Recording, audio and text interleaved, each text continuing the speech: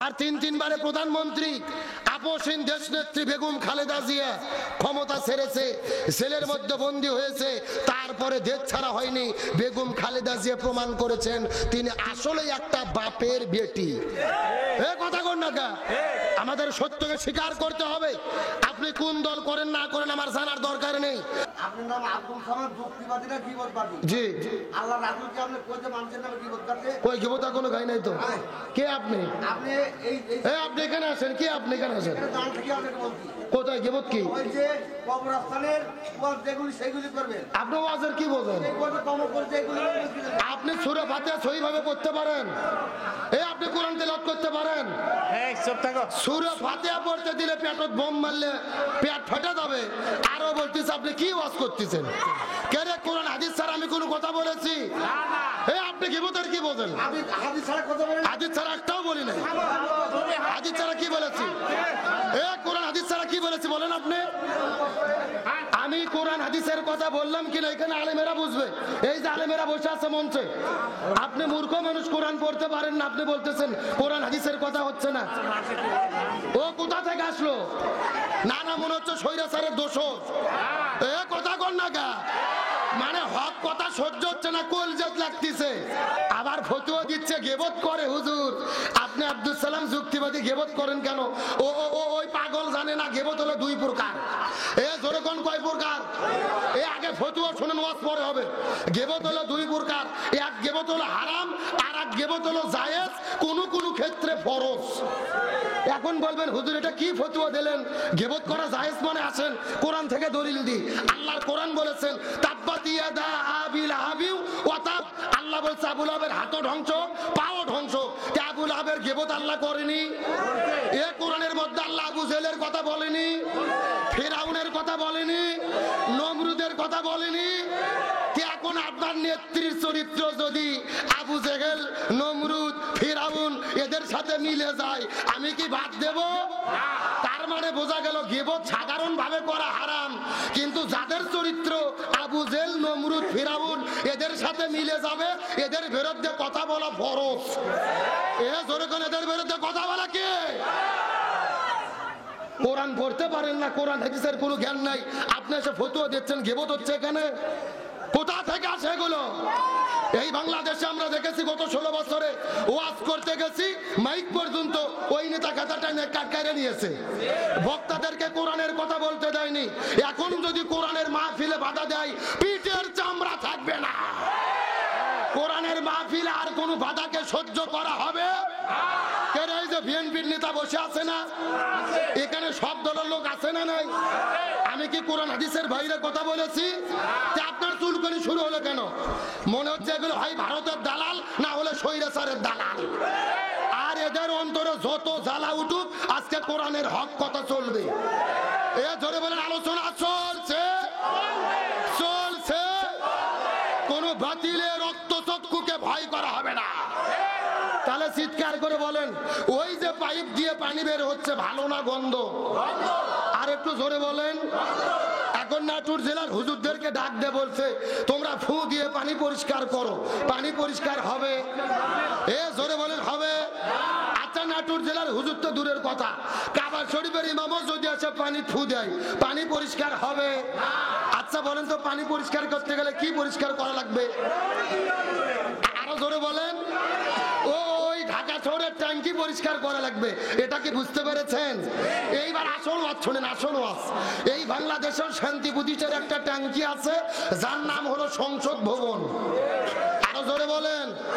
আর ওই সংসদের ভেতর থেকে বাবার আইন, দাদার আইন, চাচার আইন, খালার আইন, ফুপুর আইন, কার্ল মার্ক্সের আইন, লেনিনের আইন, পুতিনের আইন, সক্রেটিসের আইন, প্লেটোর আইন, ধর্মনিরপেক্ষতাবাদ, জাতীয়তাবাদ, সোশ্যালিজম, ক্যাপিটালিজম, ভারতের আইন, ব্রিটিশের আইন, মানব রচিত তন্ত্র মন্ত্রকে জুতো এবং ঝাঁটাপিটা করে বিদায় করে যতদিন পর্যন্ত কোরআন সংসদে ঢুকাইয়া কোরআন দিয়ে বাংলাদেশ না চলবে, ততদিন পর্যন্ত এই জমিনের ভেতরে শান্তি আসতে পারে না, পারে না, পারে না। সুতরাং বাংলাদেশের শান্তি কায়েমের জন্য কোরআন দিয়ে বাংলাদেশ চলুক, এটাকে আপনারা চান? কারা কারা চান? দুটি হাত আল্লাহকে তুলে দেখা।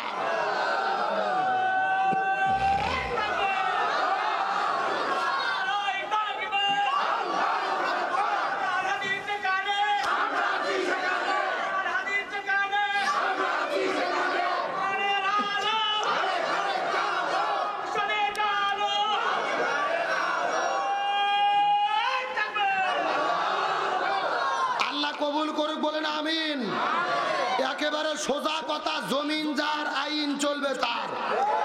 আল্লাহর জমিন আল্লাহর আইন কায়েম করা ছাড়া এই জমিনে কখনো শান্তি আসতে পারে? এ জোরে বলেন পারে? এখন আসেন মূল কথার দিকে। আল্লাহ তাআলা আমাদেরকে সৃষ্টি করেছেন, আল্লাহর একটা উদ্দেশ্য আছে না নাই?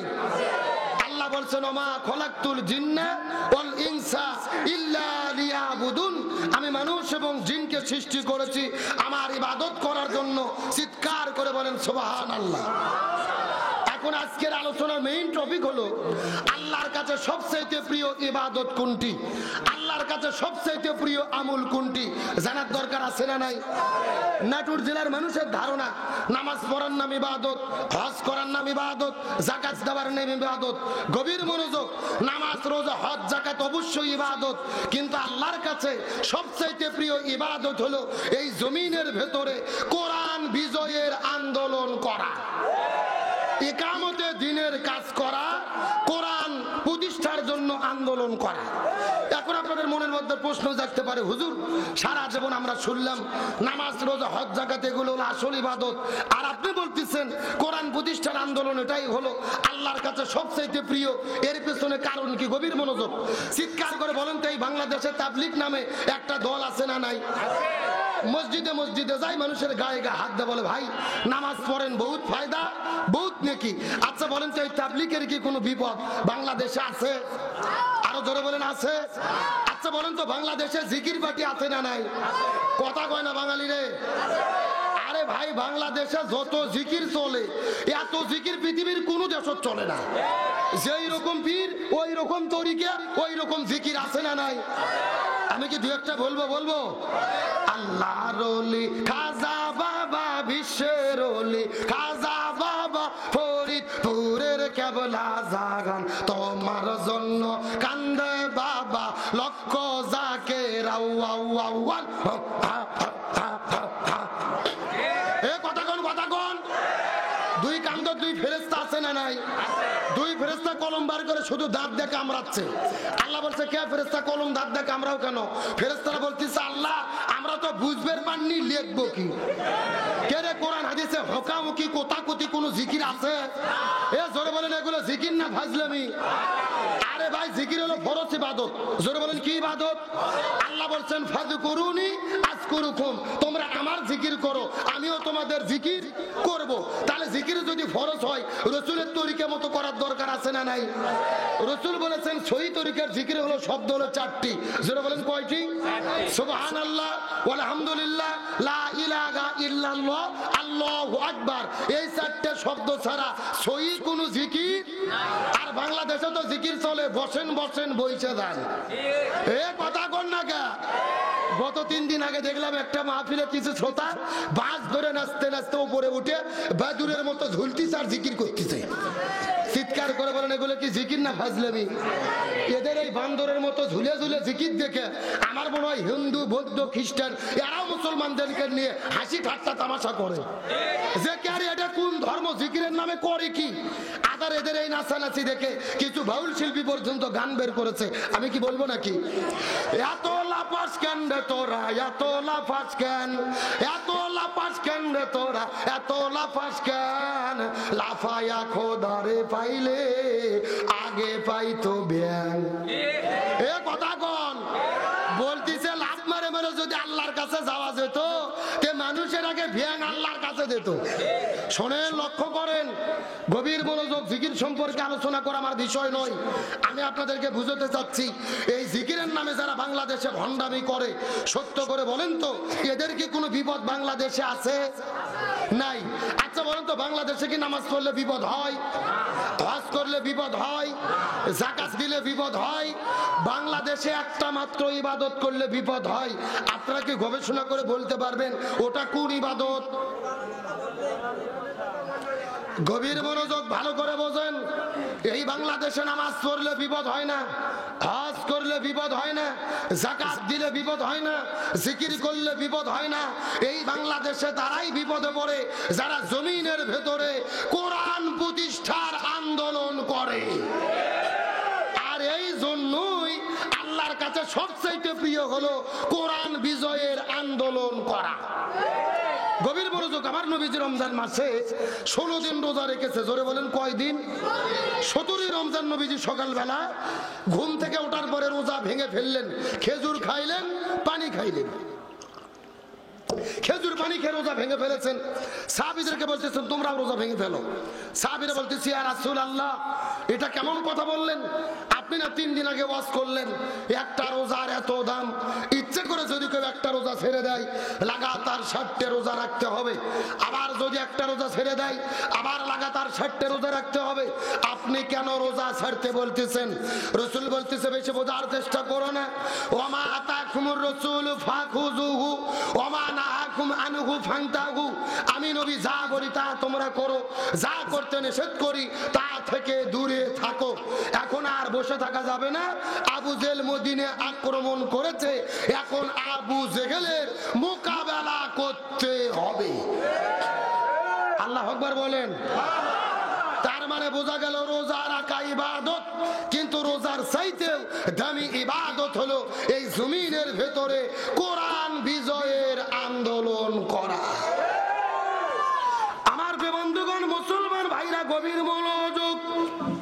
কোন দিকে নজর নাই, কোন দিকে তাকাতাকি নাই। কথাগুলো সুন্দর করে বোঝার চেষ্টা করবেন, লক্ষ্য করেন। নবীজির সাহাবী, নবীজির চাচা হযরত হানজালা রাদিয়াল্লাহু তাআলা নতুন বিবাহ করার পরে ওই বউটাকে নিয়ে যখন তিনি আস্তে করে বাসর ঘরের মধ্যে চলে গেছেন, ওই বাসর ঘরের মধ্যে যাওয়ার পরে স্ত্রীর সঙ্গে প্রেম ভালোবাসা মহব্বত করা শুরু করে দিলেন। ওই বাসর ঘরের ভেতরে হানজালা যখন স্ত্রীকে নিয়ে ফুলসজ্জা রাত পার করতেছিল, এমন সময় বাইরে থেকে গভীর রজনীতে কে যেন ডাক দিয়ে বলে, কে যেন বাইরে থেকে চিৎকার করে ডাক দিয়ে বলে, কুতিলা মুহাম্মদ, মুসলমানদের নবী মুহাম্মদ বিদায় নিয়ে চলে গেছে। হযরত হানজালা কথাটা শোনার পরে তার স্ত্রীটাকে ঘরের মধ্যে বাসর ঘরে বিছানায় রাখার পরে এক দৌড়ে চলে গেলেন তিনি কূপের মধ্যে ফরজ গোসলটা করার জন্য। গোসল করতে যাওয়ার পরে কূপের মধ্যে থেকে পানি উত্তোলন করলেন। তার বদনার মধ্যে পানিটা নেওয়ার পরে শরীরের মধ্যে যখন তিনি গোসল করার জন্য পানিটা ঢেলে দেবেন, এমন সময় বাইরে থেকে আবার কে যেন ডাক দিয়ে বলে, কুতিলা মুহাম্মদ, মুসলমানদের নবী মুহাম্মদ সাল্লাল্লাহু আলাইহি ওয়াসাল্লাম জমিনের মধ্য থেকে বিদায় নিয়ে চলে গেছে। এই কথা শোনার পর হযরত হানজালা গোসলের পানিগুলো ফেলে দেওয়ার পরে এক দৌড়ে ঘরের মধ্যে ঢুকলেন।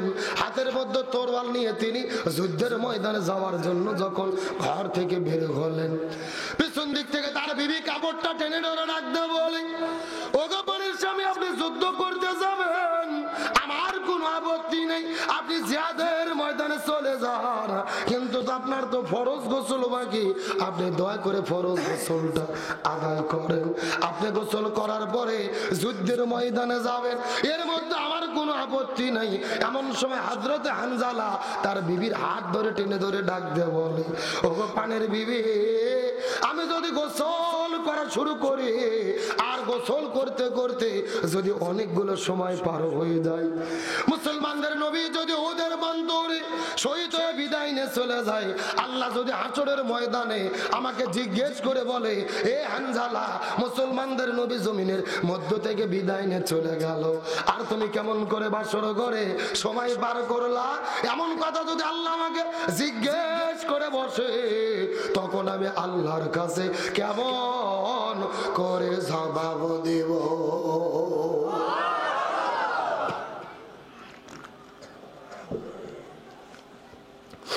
মুসলমানদের নবী জমিন থেকে যদি বিদায় নিয়ে চলে যায় আর আল্লাহ যদি হাসরের ময়দানে আমার কাছে প্রশ্ন করে, হানজালা, তুমি কেমন করে বাসর ঘরের মধ্যে সময় পার করলে?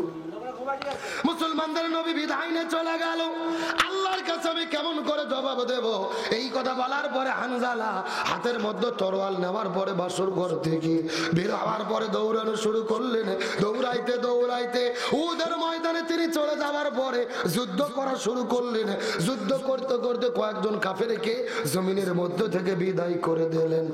কিন্তু ফজর নামাজের যখন সময় হয়ে গেল, হযরত হানজালা ফজর নামাজ পড়তে পারলেন না, যেহেতু তার ফরজ গোসল বাকি ছিল। ফজর কাজা হয়ে গেল, জোহরটাও কাজা হয়ে গেল, আসরটাও কাজা হয়ে গেল। একদিকে ফরজ গোসল বাকি, আর একদিকে 3 ওয়াক্ত ফরজ নামাজ বাকি। চিৎকার করে বলা যাবে কি কয় ওয়াক্ত? আরো জোরে বলেন। এ নাটোরে মুসলমান গভীর মনোযোগ লক্ষ্য করুন। একদিকে ফরজ গোসল বাকি, আর একদিকে 3 ওয়াক্ত ফরজ নামাজ কাজা হয়ে গেল। যুদ্ধ করতে করতে করতে করতে আসর নামাজ পড়ে কয়েকজন কাফেরকে বিদায় করে দেওয়ার পরে লক্ষ্য করে দেখা গেল ওই পেছন দিক থেকে একটা কাফের আসার পরে হানজালার কাঁধের উপরে যখন জোরে আঘাত করেছে, হযরত হানজালা মাটির মধ্যে পড়ে গেলেন। ঝরঝর ঝরঝর করে রক্ত পড়তে পড়তে পড়তে কিছুক্ষণ পরে লক্ষ্য করে দেখা গেল উহুদের ময়দানে আসার পরে ওই বাসর ঘরের মধ্য থেকে হানজালা উহুদে আসার পরে আল্লাহর ডাকে সাড়া দিয়ে শহীদ হয়ে পৃথিবী থেকে বিদায় নিয়ে চলে গেল। এ নাটোরে মুসলমান গভীর মনোযোগ। উহুদের বন্দরে শুধু হানজালা নয়, নবীজির ৭০ জন সাহাবী উহুদের বন্দরে শহীদ হয়ে গেছে। আজকেও যারা মক্কা মদিনায় হজ আর উমরা করার জন্য যাবেন, তারা কিন্তু দেখতে পারবেন উহুদের পাহাড়ের নিচে একই জায়গার ভেতরে ৭০ জন সাহাবীর কবর আমার নবীজি বড় দয়া করে দিয়ে রেখেছে। একই জায়গার মধ্যে উহুদ পাহাড়ের নিচে ৭০ জন সাহাবীর কবর আছে। আমার নবী বড় দয়া করে, মায়া করে, মহব্বত করে করে, কান্না করে করে আমার নবীজি নিজে হাতে ৭০ জন সাহাবীর কবর একই জায়গার মধ্য দিয়ে রেখেছি। ওই মদিনায় যাওয়ার পরে লক্ষ্য করে দেখলাম মদিনার ভেতরে হাজার হাজার পাহাড় দেখা যায়, কোন পাহাড় কিন্তু লাল না। উহুদ পাহাড়কে যত পরিমাণ লাল দেখা যায়, এত লাল কিন্তু কোন পাহাড়কে দেখা যায় না। আমি মদিনার মানুষদেরকে জিজ্ঞেস করলাম, এ মদিনার মানুষেরা, এই মদিনার ভেতরে হাজার হাজার পাহাড় দেখা যায়, কোন পাহাড় তো এতটা লাল না, উহুদ পাহাড়কে এত পরিমাণ লাল কেন দেখা যায় বলেন তো দেখি। মদিনার মানুষেরা ডাকতে বলে, হুজুর আমরা কিতাবের মধ্যে পড়েছি, পূর্বপুরুষদের কাছে শুনেছি, আমার নবীজি যুদ্ধ করার জন্য উহুদের প্রান্তরে যখন চলে গিয়েছিল, যুদ্ধ করতে করতে করতে করতে পেছন দিক থেকে কাফেরেরা আসার পরে নবীজির মাথার উপরে হামলা করলো। নবীজির মাথার হেলমেটটা ভেঙে নবীজির দাঁতের মধ্যে ঢুকেছে। দাঁত থেকে যখন ঝরঝর ঝরঝর করে রক্ত পড়া শুরু করেছে, একটা ফোঁটা রক্ত যখন মদিনার মধ্যে পড়েছে, ওই পুরো মদিনার শহরটা থর থর থর থর থর থর থর থর করে কাঁপা শুরু করেছে। আর একটা ফোঁটা রক্ত যখন উহুদ পাহাড়ের নিচে পড়েছে, ওই পুরো উহুদ পাহাড়টা কাঁপতে কাঁপতে কাঁপতে কাঁপতে ওই সাদা আর কালো থেকে লাল আকার ধারণ করেছে। লিল্লাহি তাকবীর।